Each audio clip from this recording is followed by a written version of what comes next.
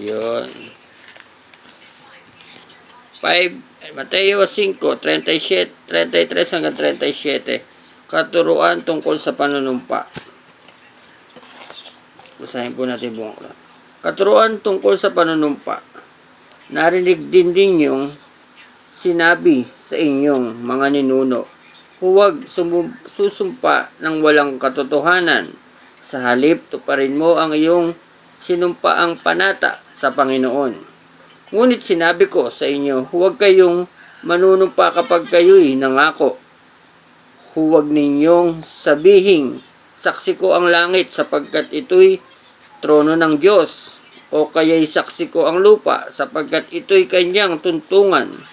Huwag din ninyong sabihing, saksi ko ang Jerusalem sapagkat ito'y lungsod ng dakilang hari. Huwag mo ring ipanumpa ang iyong ulo sapagkat ni isang buhok sa iyong ulo ay hindi mo kayang paputiin o paitimin. Sabihin mo na lang na oo kung oo at hindi kung hindi, sapagkat ang anumang sumpang idaragdag